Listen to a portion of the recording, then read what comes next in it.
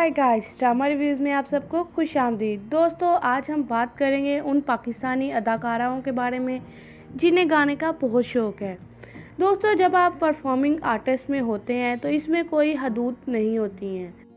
फ़नकार performing artist के एक से ज़्यादा फील्ड की तरफ राग़िब किया जा सकता है और दोनों पर एक्सेल हो सकता है। बहुत सारे पाकिस्तानी अदाकार हैं जिन्होंने दरअसल बतौर गुलकार अपने करियर का आगाज़ किया। कुछ और हैं जिन्होंने पहले अपने आप को अदाकार के तौर पर कायम किया और फिर गुलकारी का जतन किया। वो अदाकार भी हैं जो गाने को पसंद करते हैं और शायद एक दिन गाने की तरफ ज़्यादा माइल हों। अदाकारी और गाने दोनों को बहुत मेहनत, वक्त और अज़म की ज़रूरत होती है। इन पाकिस्तानी अदाकाराओं ने ये साबित कर दिया है कि इनके पास मुख्तलिफ़ इलाक़ों को तलाश करने के लिए जो कुछ दरकार होता है, हमारी यकीनी तौर पर इनमें से कुछ परनगाहें हैं, क्योंकि हमें ये एहसास है कि वो पाकिस्तानी मौसीकी का मुस्तकबिल हो सकते हैं। सबसे पहले बात करेंगे इमरान अब्बास के बारे में। इमरान अब्बास लफ्ज़ के सही मायनों में एक फ़नकार है। वो हसास है, वो मुफ़क्कर है और वो एक ही वक्त में खाका बना सकते हैं, रंग सकते हैं, गाना और काम कर सकते हैं। इमरान अब्बास अपने गानों की मुख्तलिफ़ वीडियोज़ अपने सोशल मीडिया पेजेस पर पोस्ट करते रहते हैं। वो रमज़ान के मुख्तलिफ़ शोज़ में नात ख्वानी करते हुए भी दिखाए गए हैं। दरहकीकत लोग वाकई इसकी गुलकारी की महारत को सराहते हैं। जब इसने इन तमाम मशहूर शख्सियात को खिरासे तरीन पेश करने के लिए खूबसूरत गाना गाया जो LSA 2017 में अब हमारे साथ नहीं थे, इसने अपनी मधुर आवाज़ से सबको हैरान कर दिया, क्योंकि वाक़ईतन नहीं जानता था कि इमरान इससे पहले इतना अच्छा गाना गा सकता है। इन्होंने खुदा और मोहब्बत और कुन फाया कुन जैसे ड्रामों के लिए भी OST गाया है। दोस्तों, अब बात करेंगे महविश हयात के बारे में। महविश हयात एक और कसीरुल शऊर अदाकारा है जो ड्रामे में अपने किरदार के लिए ज़्यादा मकबूल है, लेकिन वो गाने के बारे में वाक़ईतन जज्बाती है। दोस्तों, एक इंस्टाग्राम पोस्ट में इसने शेयर किया कि एक म्यूज़िकल फैमिली में परवरिश पाने का फ़ायदा है। बचपन ही से वो और उसके बहन भाई आंगन में बैठते और घंटों गाते रहते। वो अब भी जब भी मौका मिलते हैं वो गाते हैं। महविश हयात ने मेरी बिया माया, मेरातुल वरोस, तकीयान जैसे OST ड्रामे गाए हैं और इन्होंने कोक स्टूडियो 9 में शिराज अपल के साथ गाना भी गाया है। हमें पूरा यकीन है कि किसी दिन हम महविश हयात को परफॉर्मिंग आर्टिस्ट के इस पहलू की पैरवी करते हुए भी देखेंगे, ज़्यादा संजीदगी से, चूँकि ये वो चीज़ है जिससे वो लुत्फ़अंदोज़ होती हैं और मोहब्बत करती हैं। अब बात करेंगे जुनैद खान के बारे में। दोस्तों, जुनैद खान एक और अदाकार है जो अपनी मौसीकी की बजाय अब अपनी अदाकारी की महारतों के लिए जाने जाते हैं। ताहम जुनैद की पहली मोहब्बत मौसीकी थी और इन्होंने बतौर गुलकार अपने शोबिज़ सफ़र का आगाज़ किया। अगरचे इन्होंने इंजीनियरिंग और बिज़नेस एडमिनिस्ट्रेशन में डिग्री हासिल की थी, लेकिन वो गाने के बारे में हमेशा इतने जज्बे से दो चार थे। गुलकार की हैसियत से अच्छी तरह से कायम होने के बाद ही इन्हें अदाकारी की पेशकश मिली। वो बैंड कॉल का एक मरकज़ी गुलकार था और एक म्यूज़िक बैंड जिसमें 2 हिट म्यूज़िक एल्बम्स और एक बहुत बड़ा मदाह है जिसकी साख है। जुनैद खाना भी इतना ही शौक़ रखते हैं, लेकिन इस वक्त वाज़ेह तौर पर अदाकारी इनकी तरजीहात में अव्वल है। अब बात करेंगे अलीज़े शाह के बारे में। दोस्तों, अलीज़े शाह जवान है, लेकिन इसने खुद को संजीदा अदाकारा के तौर पर कायम किया है। अलीज़े के पास पहले ही बहुत सारे मकबूल ड्रामे हैं और यहाँ तक कि इसकी साख के लिए एक टॉप फिल्म भी है। अलीज़े शाह इन अदाकारों में से एक है जिनको गाने के वाकई में शौक़ है, अगरचे इसने अभी तक गाने को बतौर करियर नहीं माना है। इसने बहुत सारे इंटरव्यू में ज़िक्र किया है कि वो गाने को पसंद करती हैं। इसने इंटरव्यूज़ में कुछ गाने भी गाए हैं, जिससे साफ ज़ाहिर होता है कि अलीज़े भी मुस्तकबिल में म्यूज़िक स्टार बन सकती हैं। अब बात करते हैं आहल रज़ा मीर के बारे में। दोस्तों, आहल रज़ा मीर को यकीनी तौर पर इन अदाकारों में से एक करार दिया जा सकता है जिन्होंने कम से कम वक्त में बड़ा नाम कमाया और बड़े पैमाने पर फ़ैन फॉलोइंग हासिल की। आहल रज़ा मीर छोटी उम्र से ही आर्ट के फ़न में दिलचस्पी लेते रहे हैं। वो गिटार बजाते थे और इसे गाना भी पसंद है। इन्होंने कोक स्टूडियो में मोमना मुहसिन के हमरा को करीना भी गाया, अगरचे इनकी गुलकारी की महारत पर बहुत तनकीद की गई। जिसका मतलब ये नहीं कि आहद अपनी गुलकारी की महारतों को पॉलिश करने के लिए बेचैन नहीं है, क्योंकि ये भी वो संजीदगी से करते हैं। अब बात करेंगे किंजा हाशमी के बारे में। दोस्तों, शायद बहुत से लोगों को ये मालूम ही ना हो कि बहुत पसंदीदार और इतनी ही बासलाहियत अदाकारा किंजा हाशमी वाक़तन कभी भी अदाकारा बनना नहीं चाहती थी। वो छोटी उम्र में ही गुलकारा बनने की ख्वाहिशमंद थी।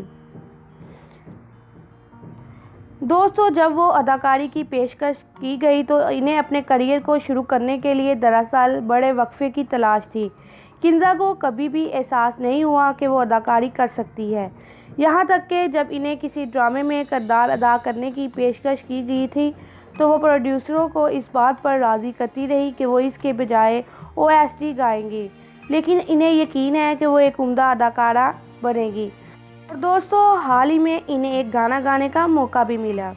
अब बात करेंगे फवाद खान के बारे में।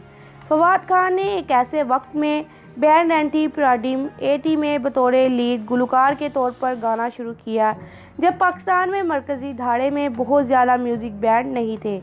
इसका गाने का अंदाज़ ठंडा और हिसाब किताब शख्स से बहुत मुख्तलिफ था।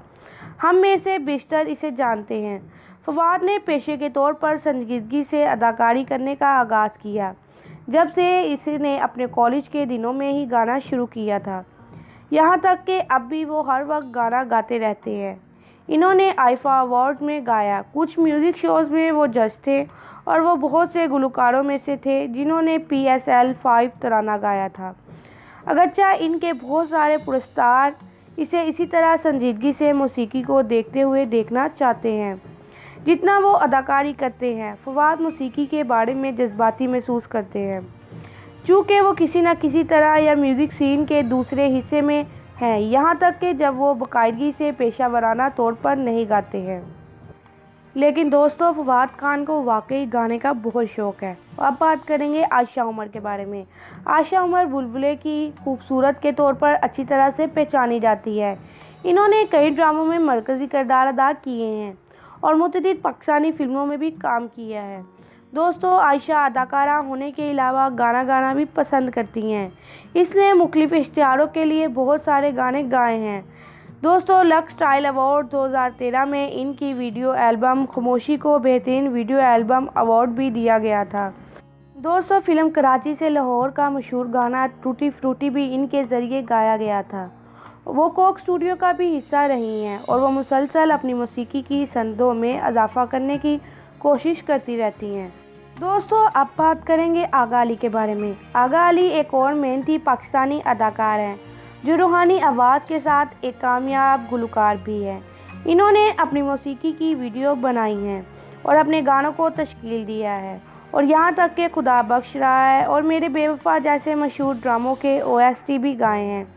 दोस्तों, ये कहना गलत नहीं होगा कि आगा अली दोनों शोबों में यकसा तौर पर सबकत ले चुके हैं और यहाँ तक कि इन तमाम चैलेंजों के बावजूद जो इन्होंने कई बरसों में दरपेश किए हैं, अब भी वो फ़नून लतीफ़ा के मुख्तलिफ़ शोबों में बहुत कुछ हासिल करने में कामयाब हैं। अब बात करेंगे सज्जल अली के बारे में। ये हैरत की बात नहीं है कि सज्जल अली जितनी बासलाहियत शख्स को सिर्फ अदाकारी करने से ज़्यादा इसका सहरा मिलता है। सज्जल अली एक बहुत ही उम्दा अदाकारों में से एक हैं जो हाल ही में इन्होंने अपने ड्रामे औरंगज़ेब के OST के लिए भी आवाज़ उठाई। दोस्तों, ये पहला मौका नहीं था जब सज्जल ने गायकी के बाद जब इन्होंने टॉक शोज़ में कुछ गानों की कुछ लाइनें गाईं। सज्जल को हमेशा गुलकारी में दिलचस्पी होती थी, लिहाजा जब भी मौका खुद पेश होता तो इसने अपनी खूबसूरत आवाज़ से सबको उड़ा दिया। इसने सिर्फ OST में कुछ लाइनें शामिल की, लेकिन इनकी शराकत ने गाने में मज़ीद ज़िंदगी और ख़ूबसूरती को यकीनी तौर पर शामिल किया। अगरचे सज्जल और आहद ने कभी भी अपने रिश्ते के बारे में बात नहीं की, हम अंदाज़ा कर रहे हैं कि मौसीकी से मोहब्बत भी एक ऐसी चीज़ है जिनमें इनका मुश्तरका वजूद है। इसी वजह से इनका एक हैरत अंगेज़ रिश्ता है। अब बात करेंगे अहमद अली भट्ट के बारे में। अहमद अली भट्ट को आसानी से सबका जैक कहा जा सकता है। वो अपने नाज़रीन को अदाकारी और होस्टिंग दोनों में अपने मज़ाहिया वक्त के मुताबिक किसी और की तरह हंसाना कर सकते हैं। वो लीड गुलकार भी थे और वो इन चंद रैपर्स में से एक हैं जो गुज़श्ता बरसों में पाकिस्तानी म्यूज़िक इंडस्ट्री ने तैयार किए हैं। अहमद अली भट्ट कीबोर्ड भी खेला था जब वो बैंड एक्टिव प्रेडियम बैंड का हिस्सा थे। वो वाज़ह तौर पर वो शख्स हैं जो फ़नून लतीफ़ा के एक से ज़्यादा शोबों में तजर्बा करने से नहीं डरते। इनके पास बहुत सारे सिंगल्स, रवा एल्बम्स और स्टूडियो एल्बम्स हैं। दोस्तों, अब बात करेंगे हानिया आमिर के बारे में। हानिया आमिर मुकम्मल तौर पर इत्तेफाक से शोबिज़ में दाखिल हुई, लेकिन वाज़ह तौर पर वो प्रोड्यूसर जिन्होंने इसे पहला मौका दिया वो वाज़ह तौर पर देख सकते हैं कि इनकी कितनी सलाहियत है। हानिया एक और अदाकारा है जो रैप करना पसंद करती हैं। वो वाकई इसमें बहुत अच्छी हैं, जो कुदरती तौर पर इसके पास आती हैं। इन्हें वाकई गाने का मज़ा आता है, जिसकी वजह से शायद इनकी बेहतरीन दोस्त ऐमा बेग और आसिम अज़हर भी गुलकार हैं। सहर अली बग्गा के साथ ना OST की कुछ सतरें गाएं तो देखने वाले इनकी गुलकारी की महारत से वाकई मुतासर हुए। हानिया को यकीनी तौर पर यह भी म्यूज़िक इंडस्ट्री में बड़ा बनाने का हुनर और जज्बा है। अब बात करेंगे मोहसिन अब्बास हैदर के बारे में। मोहसिन अब्बास हैदर इस वक्त शोहरत पजीर हुए हैं जब इन्होंने खुद ही स्टूडियो में ईदी जहाँ से डेब्यू किया। जो भी पाकिस्तानी ड्रामे देखता है वो जानता है कि मोहसिन अब्बास हैदर एक ताकतवर अदाकार है, लेकिन बहुत कम लोग जानते हैं कि वो हैरत अंगेज़ गुलकार भी हैं। दोस्तों, इन्होंने खुद उड़ी जा की धुन लिखी, जिन्हें बाद में इन्होंने इतनी मकबूलियत दी। इसके अलावा सूफ़ी मौसीकी से इनकी मोहब्बत ने इन्हें चंद ऐसी तालीफ़ात करने का बास बना जिसने इनकी मदाहों को जीत लिया। इस फ़हरिस्त में मौजूद दीगर फ़नकारों की तरह मोहसिन भी फ़नून लतीफ़ा के तमाम शोबों को वाकई संजीदगी से लेते हैं। अब बात करेंगे मिशा शफ़ीक के बारे में। मिशा शफ़ीक के पास अदाकारी के बहुत सारे प्रोजेक्ट्स मौजूद नहीं हैं, लेकिन ये फ़हरिस्त इनके बगैर नामुकम्मल होगी, क्योंकि वो इन चंद अदाकारों में से एक है जो गाने भी गाएंगी। मिशा शफ़ी ने गाने से अपनी मोहब्बत सबसे रास्त रखी। इनकी वालदा सबा हमीद ने इश्तराक किया कि इन्हें यह भी मालूम नहीं था कि मिशा शफ़ी इस वक्त तक इतना अच्छा गाना गाएंगी। जब तक इसने कोक स्टूडियो में डेब्यू नहीं किया, तब से इसने कुछ आला गुलकारों के साथ साथ गाया है और ईवा और मोर के OST भी गाए हैं।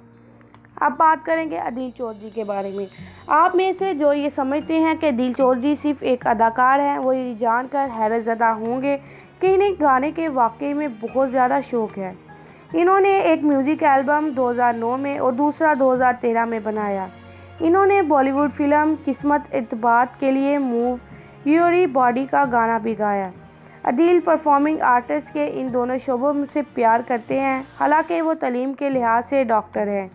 इसके बावजूद इसे ये फील्ड इतना दिलकश पाया कि इन्होंने डॉक्टर की हैसियत से प्रैक्टिस करने के बारे में कभी नहीं सोचा। दोस्तों, अब बात करेंगे सनम सईद के बारे में। सनम सईद ने कई हिट ड्रामा सीरियल्स में मरकज़ी किरदार अदा किया है। इन्होंने बहुत मॉडलिंग भी की है। वो भी ऐसी हैं जो मुकम्मल तौर पर इत्तेफाक से शोबिस के मैदान में उतरी। सनम को इनके तमाम काम से लुत्फ़ अंदोज़ होती हैं और इसने गुलकारी का भी तजर्बा किया। वो म्यूज़िक से वाज़ह तौर पर जुनून रखती हैं, क्योंकि इन्होंने एक से ज़्यादा बार कोक स्टूडियो में पस मंज़र की आवाज़ें गाईं। हम ये जानने के लिए इंतज़ार कर रहे हैं कि आया सनम सईद अपने म्यूज़िक करियर को मज़ीद आगे ले जाएंगी या नहीं। दोस्तों, अली ज़फ़र के करियर का आगाज़ बतौर मौसीक़ार शुरू हुआ था। वो वही था जिसने सन 2000 के अवाइल में कुछ मशहूर गाने गाए थे। अली की अदाकारी और गुलकारी का करियर साथ साथ शुरू हुआ था। वो पहले एक गुलकार की हैसियत से ज़्यादा मशहूर हुआ और बाद में वो अदाकारी की सनत में भी अपने लिए एक बड़ा नाम पैदा करने चले गए। अली ज़फ़र ने खुद को सिर्फ सिनेमा तक ही महदूद रखे हुए अपनी अदाकारी की नुमाइश को ख़ुसूसी बनाया है। इन्होंने हाल ही में कारोबारी पैदावार में कदम रखा और ज़बरदस्त मौसीकी तैयार करते रहे। अली फ़नकारों की तरह है जो फ़नून को संजीदगी से लेते हैं, इसीलिए वो एक अदाकार के तौर पर इतना ही अच्छा है जितना वो गुलकार है। अब बात करेंगे हीरा मानी के बारे में। हीरा मानी को बिल्कुल तारीफ़ की ज़रूरत नहीं, वो मौजूदा वक्त की बेहतरीन अदाकारों में से एक मानी जाती हैं। हीरा का गाना पसंद करती हैं। वो हमेशा से परफॉर्म करने का शौक़ रखती हैं और वो मौसीकी को अपील करती हैं। अपने बहुत सारे इंटरव्यू में जब हीरा को गाने के लिए कहा जाता है तो वो ऐसा करने से नहीं हिचकिचाती। इन्होंने जुनैद खान के हमरा ड्रामा सीरियल थास के लिए OST भी गाया था। देखने वालों को इसकी आवाज़ और धुन पर इसकी गिरफ्त बहुत पसंद थी। अब बात करेंगे गौहर मुमताज़ के बारे में। गौहर मुमताज़ मोती ड्रामा सीरियल का हिस्सा रही हैं, जिसे देखने वालों ने पसंद किया। गौहर ने दरअसल अपने मौसीकी का सफ़र आतिफ़ असलम के साथ शुरू किया था, लेकिन बाद में वो अपने अलग अलग रास्ते पर चल पड़े। इनके पास बहुत से हिट एल्बम्स और सिंगल्स हैं, जिनका क्रेडिट है वो बैक वक्त काम करते हैं और गाते हैं, क्योंकि इसे दोनों काम करना बहुत पसंद है। अब बात करेंगे उर्वा हुसैन के बारे में। उर्वा हुसैन एक मशहूर पाकिस्तानी अदाकारा हैं, जिन्होंने अब प्रोडक्शन में भी कदम रखा है। उर्वा को वाकई गाने का शौक़ है, क्योंकि इसने 2016 में वापस अपना पहला गाना गाया था। इसकी वजह से इन्हें बेहद तनकीद का निशाना बनाया गया था, लेकिन इसने इसे शोहर फरहान सईद की महफिल, मौसीकी में गाना और कभी कभी तफरीह के लिए गाना और सोशल मीडिया पर ऐसी वीडियोस पोस्ट करने से बाज नहीं रखा था। उर्वा हुसैन शायद हर एक की पसंदीदा गुलकारा ना हो, लेकिन वो यकीनी तौर पर कोई ऐसी है जो गाने को पसंद करती हैं। दोस्तों, अब बात करेंगे फरहान सईद के बारे में। फरहान सईद बतौर गुलकारा कायम थे जब इन्हें एक्टिंग प्रोजेक्ट की पेशकश की गई थी। जब इसने अपने पहले ड्रामे में काम किया तो बहुत से लोगों ने इन्हें पसंद किया। दोस्तों, तब से वो अदाकारी और गाना चला रहे हैं, क्योंकि वो वाकई में अपनी मौसीकी से बहुत ज़्यादा जुनून है। इन्होंने कुछ ड्रामों का OST भी गाया है, जिनका वो हिस्सा रहे हैं। फरहान सईद एक बहुत सारे फ़नकार हैं, जिन्होंने अपने लिए एक भी करियर का इंतखाब नहीं किया। अब बात करेंगे आसिम अजहर के बारे में। आसिम अजहर का अदाकारी का करियर चंद प्रोजेक्ट तक ही महदूद है, लेकिन इन तमाम ड्रामों में इन्होंने दिखाया कि इनमें अदाकारी की ज़बरदस्त सलाहियत है। आसिम अजहर बचपन से ही गा रहे हैं। कुछ मशहूर तजारती रंगों के पीछे वो आवाज़ है, और इसके साथ में बहुत से मशहूर गानों और एल्बम्स हैं। इन्होंने इश्किया, पगली और अहद वफा जैसे ड्रामों के OST भी गाए हैं। इन्होंने हिट पाकिस्तानी फिल्म बिल्लू माही के लिए गाना भी गाया है। दोस्तों, कमेंट बॉक्स में अपनी राय का इजहार ज़रूर करिएगा कि आपको इन अदाकाराओं के बारे में जानकर कैसा लगा और आपका फेवरेट अदाकार कौन सा है। और अगर आपको मेरी ये वीडियो पसंद आई हो तो मेरी वीडियो को लाइक, चैनल को सब्सक्राइब और वीडियो को ज़्यादा से ज़्यादा शेयर ज़रूर करिएगा।